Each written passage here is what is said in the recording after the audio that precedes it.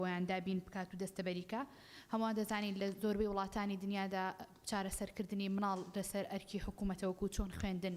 بە خۆڕایی هەیە هەمان شێواز پێویستەکە ڤاکسینەکانیش نەک ئەوەی بەردەست بێ ئەو شەی بەردەستانە لا بدرێ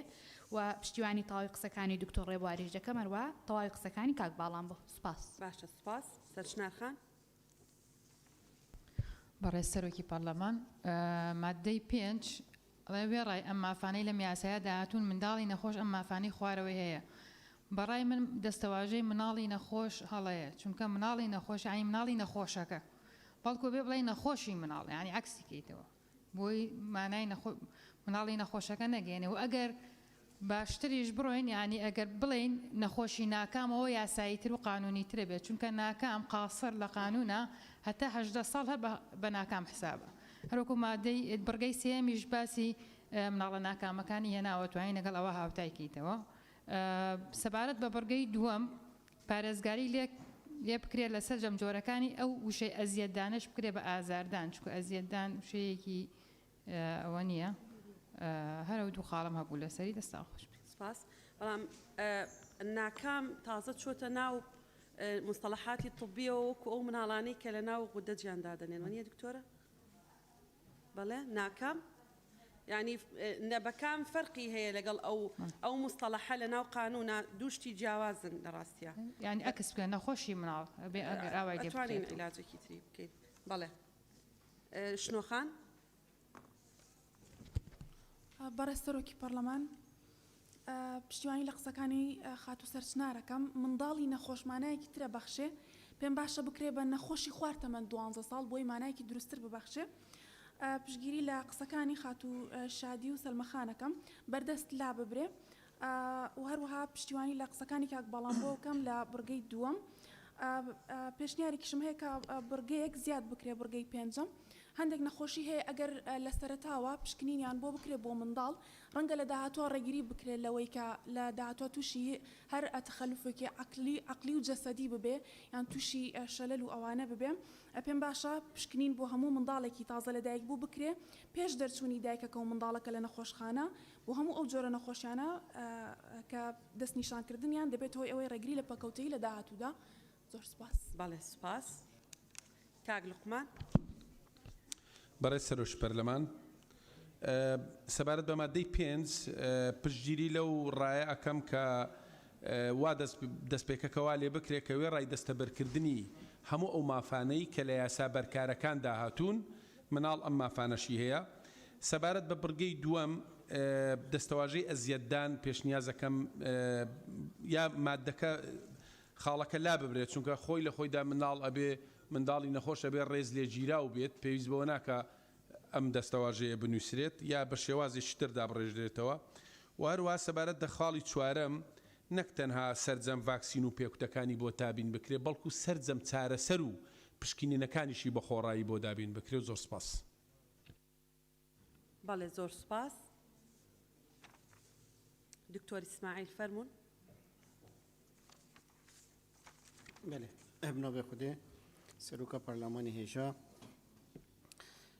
دەستپێکی وەکو تێبینیەکێ هاتە گوتن کو ما یاسایەکە هەیل سەر مافێ منداڵی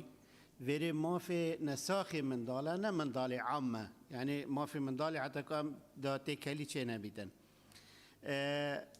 Birga sêyê bêştin hawlêkî hebît. Ez bînim îzafe bêtekirin legel cigayê keda. Çünkü mukaben sistemê me yê saxlemiyê yê müsteşfayet me Ewropiye bes çareserî û îlaç şerqiye. Ew ek textî hey, ek serîrî hey. Bu nesaxî. Dayk bît, murafık bît, kî bît, del erdî bît. Eke xeste du roja mat xeste ve roja sî ew dê nesax bît. Ji divê cihek bû bête tehdîdkirin Ewropa خدمتکار خدمتگزار او خدمت نساخید کن حوجه هولینینه حوجه مرافقینینه جبرنده تخته کی هی بس لیره یک تخته هی گلنده جوید مروفیوی خدمتوی بکت از بینم وری بیت اضافه کردن و کو خدمتک بو افدی چهار یا چهار خاله چهار سرجم فاکسین از بیشم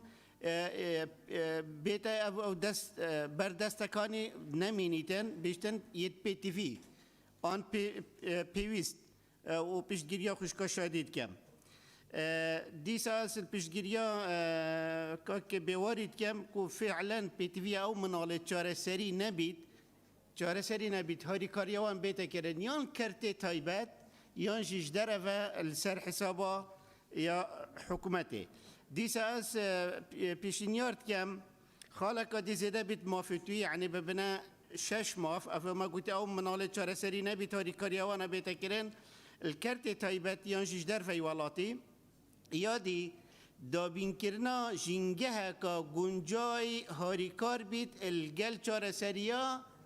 جی بچیکی یعنی سر مستشفى بیتا داناندن مستشفى سر زوقی بچیکی بیتا تأسیس کرن چه مستشفى بید چه عیاده بید یعنی جنگه که گریدای بچیکی و ده هاریکار بید بو چاره سریه و علاجی و گلکس باس عفو مشبیر که راس پشتگیریا خوشکا سرچنارد کم بوچونت ودا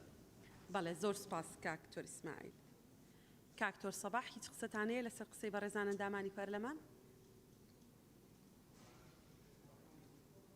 برای سەرۆکی پەرلەمان من خۆم شخصی هیچ تێبینیەکەم نییە و زۆر سوپاسی ئەندامان دەکەم بۆ دەوڵەمەندکردنی ئەو مادەیە جا نازانم کە دکتۆرە شایان و دکتۆرە ڕۆژان خان تێبینیان هەبی فەرموون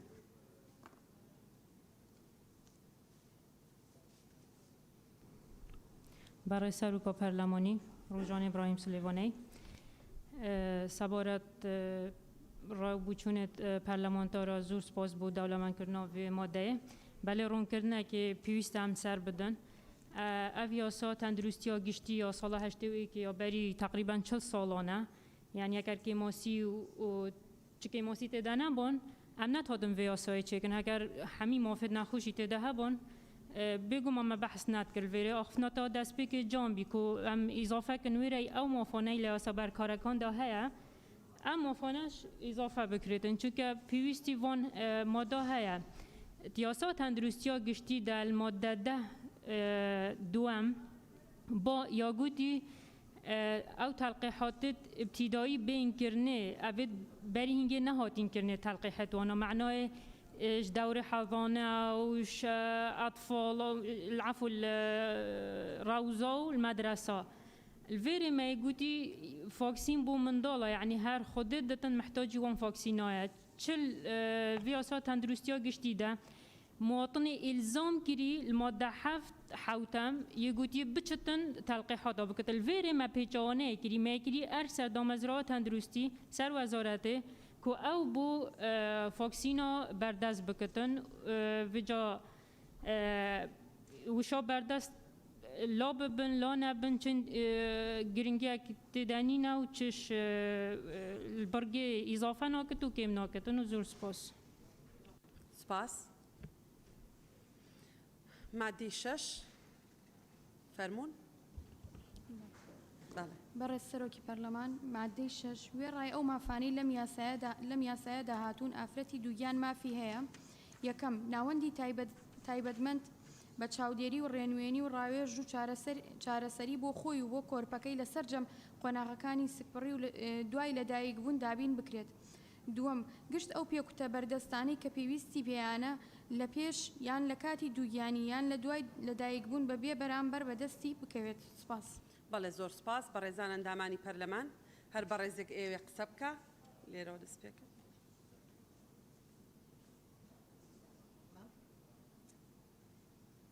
نەجات خان بەڵێ کاک بەهجەت کاک تۆرزانە و کاک تۆڕ ڕێبوار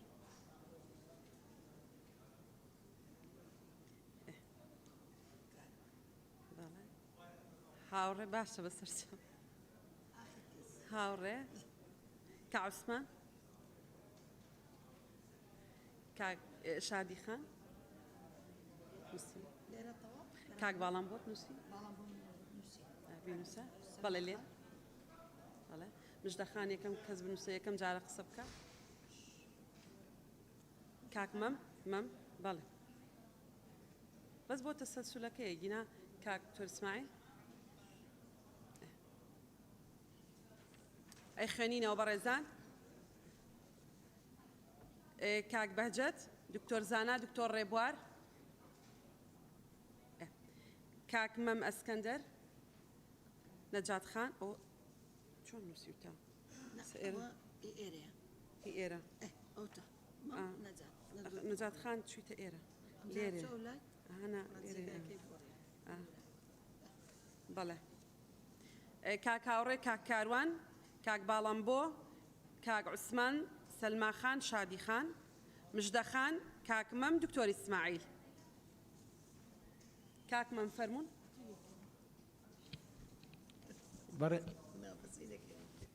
برای سر دباش کاک مەم ئەسکەندەر ناوی خۆتان و باوکتان بڵێن جەنابتان ئەوانەتان کرد بناغی یازدان مازن برای سروکا پارلمانی از مم اسکندر از بوار ماده 4 دا بودم و جناب هوا مناقشه سرزارا و سورانی بود اینی که از وی ماده درفت ببینم بحث وارگه میرگه ها بهدینان بگم پایتخت کو قضا آمدیه سروکا پارلمانی و بحث ماده 4 که یکیش گرینگترین مادان ناوی پیش نیازه یا سایداله از کوی ماده که یعنی پیش نیازه که گله گرینگه چونکی بابت صرف مروایتیه وقتی هم بحث نخوشی ارکو مافتویت یعنی هم بحث نفشه که ساخلم یه رکوپیت یه نکه و یه دهاتیت یعنی مخابن مهنده که شد وی مجالی دانه هنب تایبه سنور قضا آمدیه که قضا که گله که برفره یا جک دابرای قضا که آسیه بحکم جغرافیاوی یا دجوار جلوچیا نوچه که گله شاخاویه السنتر پارزگاه ها دو جی دوره انوره بحث آفرت دودیان یعنی جنین دودیان که این وقتی بحث دای که خیشت که دودیان جیت این ام بحث دو مروات یعنی مروک نها مروک جیبو پاشا روز یعنی نفش دهاتیه مخابن سنور قضا آمدیه نخوشخانه که تایبت و زارویبون نینه یعنی که ما فکر سرطایی هر جن و دی که دوگیان البری کسو کارت ملبری توشی آستانگی دیالای مازن به تایبت ورزستان رکا دیر بفرکا دیالک زور توشی آستانگا و آریشات بنش برنده داخوازت یعنی الجناب و سروگاتیا پارلمانی دیال حکومت هرما کردستان نخوشخانه که تایبت بو خلکی و دوره بیت دابین کردن الگوری قربانی و زحمت و ایزایت خلکی و منطقه بن یعنی سپاس سپاس بو جناب نجات خان برای سروکا پارلمانی اکش پیبرین پیشوابه نامالاتان اوا من زاروکی یان دیگه نزدیک ببیت لصفره یعنی گلک کم ببیتن بس اگر برای خب داین کردستانه من دیگه آن من زاروکی زراحی اول بیتا آستانگ برانبری پیشوابه نامالاتی هکر ماده پنجه اکش ماده گرینگ بیتن از شم بیش ماده شش دلی به پیشنیار یاسایه البته از پیشنیارت کم برگه کلوی ماده زده ببید سرارای ماده دوی آمان جاکان یا های کم کنار جامنه بله البته ام بیشین کم کنار جامنه آفرات دوگیان یان زاروک و نزدیک ببید لصفره زور سپاس کاک بهجت زور سپاس سروک پارلمانی ویرای دستخوشی کار و ماندیبونا لجنه تندرستی و راپورتا لجنه یاسایی هر وکیل ماده 5 و 6 دو بابت زور گرینگ تدا تایبتمندیا زاروکا دیار کردی هر روسا آفرت دوگیان از الویره پیشنیاره که بینیم برجواندی دا کو بو پتر دولمند کرنا اوه یاسایی هر روسا بگنجید قلب نمایت ماف مروی جی ام ماده که دی اضافه بکنه سروان ماده که ماف چینه که گلکا بید صلات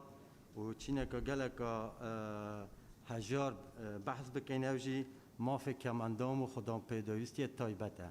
دمی اف کم اندام خواهم پیدایستی تایبت سردان نخوشخانه و بنکت نخوشخانات کتن چه بهای که خونینه چه احتمام پینادتن لو ما پیدوی هرش دم سردانت کتن حتی دگهی تا چهار سریه جه تایبات بو بین دانان و اوه الهمی دنیای جی گلکا هی و گرینگی که تایبات اوه تخو چینه دادن زور سپاس بەڵێ سپاس بۆ جەنابەت کاکاوڕێ بەڕێز سەرۆکی پەرلەمان من هاوڕێمە لاستار ڕاستیەکەی بەڕێز سەرۆکی پەرلەمان لەم پرۆژە یاسایە باس لە ماف و ئەرکی نەخۆشەکە لەگەڵ ئەوە من بە قەنەعەتی خۆم نازانم یعنی بە کەسوکاری خۆشم و هەموو ئەو خوشکایستانی کە لێرەشن پێم وابێ یعنی ناکرێ ئافرەتی دووگیان بە نەخۆش ئەژمار بکرێ نازانین یعنی ئافرەتێک دووگیان بێ و نەخۆش بێ یعنی دام سەیرە ئافرەت زۆر جار بە کەسوکاری خۆشمەوەی کە باسێکە هەزار مەول و قوربانیەکە تاکو و دووگیان بێ دوای بۆن بە نەخۆش ئەژمار بکرێ ئەمە بەشێکیان لەگەڵ ئەوە ینی ڕەنگە ئێمە ئەگەر لە کەسوکاری خۆمان لە سەدەکانی پێ بڵێ لە سەدەی پێش و تەماشا بکەین ئافرەتێک ڕەنگە دووگیان بوو بێت لە لادیەکانە تاکو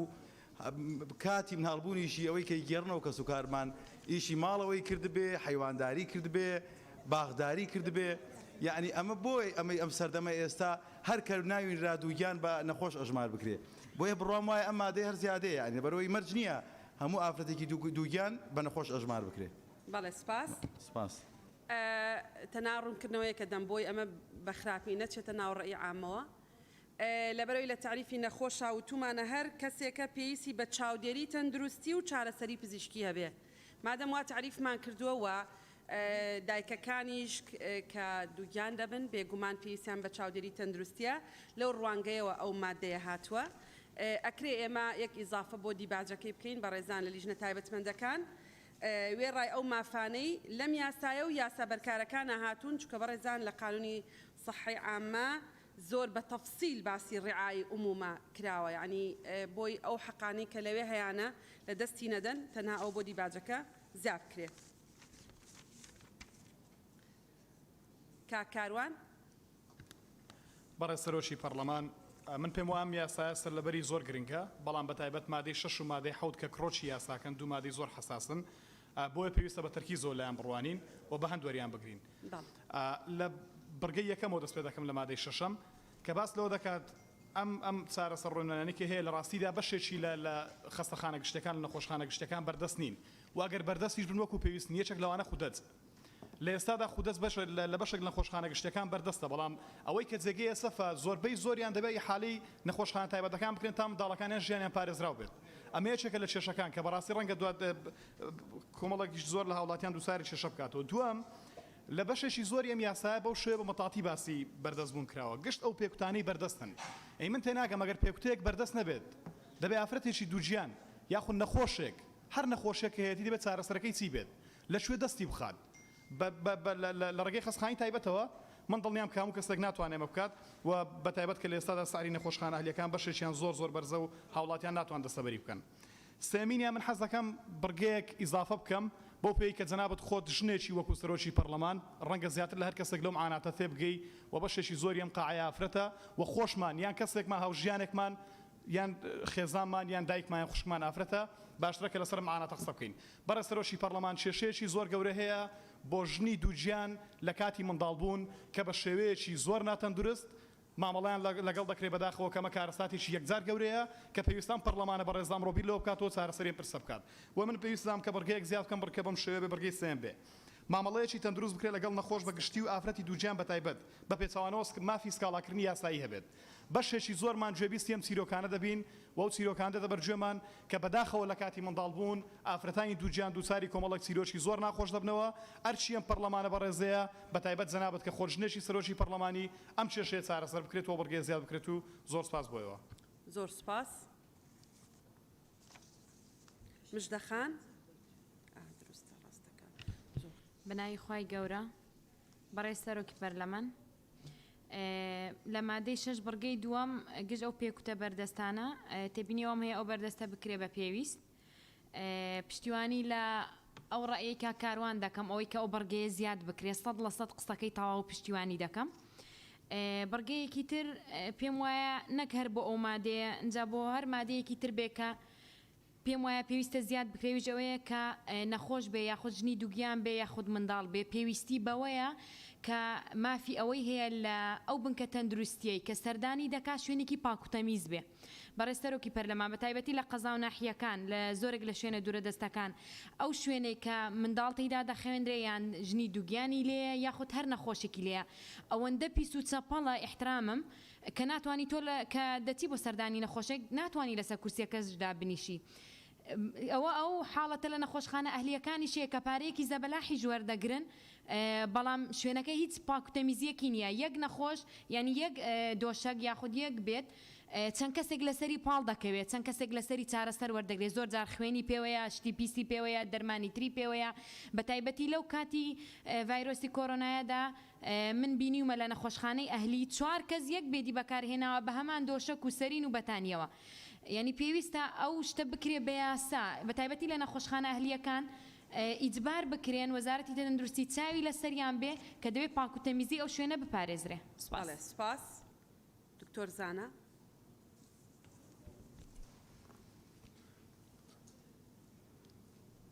بەڕێز سەرۆکی پەرلەمان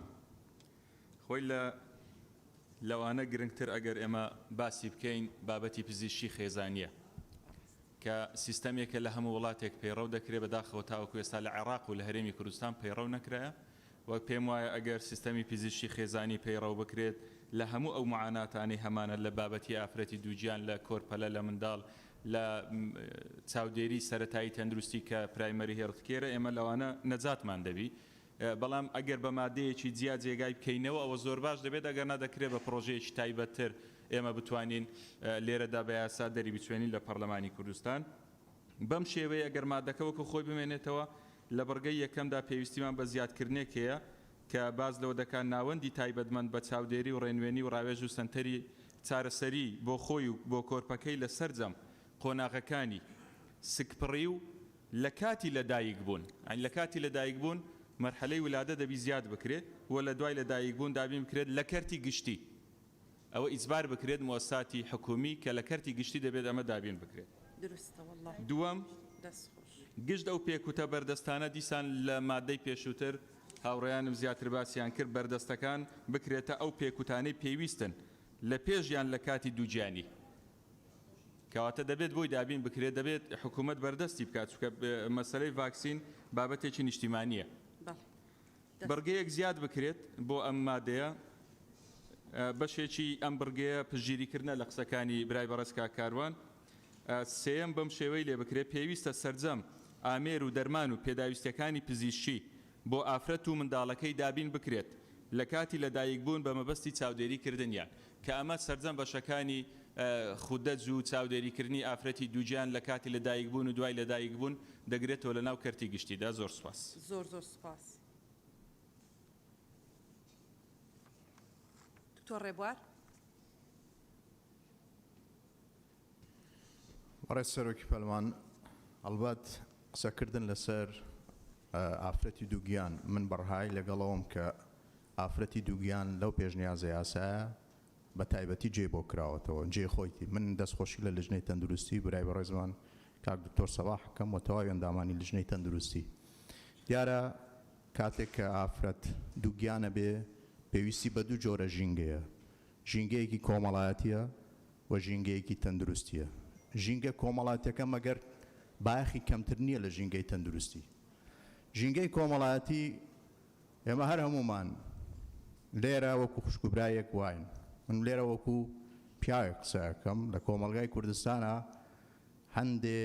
زاهیرە هەیە پەیوەسەوەی کە کاتێک کە ئافرەتێک دووگیانە بێ بەداخەوە پیاوەکەی یا هەندێک خەڵکی دەوروبەر ژینگەیەکی کۆمەڵایەتی ئەو تۆی بۆ دابین ناکەن کە جاری وایە تووشی هەندێک حاڵەتی دەرونی ئەو تۆ بێ هەم تەسیر لەسەر لانە تەندروستیەکەیەکە و هەمیش تەسیر لەسەر لانی تەندروستی کۆرپۆلەکەیەکە. ژینگەی تەندروستی ئەوەیە کە پێویستە مامەڵەیەکی تەندروست بکرێت لەو سۆنگەیەوە لەو گۆشەنیگایە من بەڕەهایی لەگەڵ بۆچوونی برای بەڕێزم کاکاروانم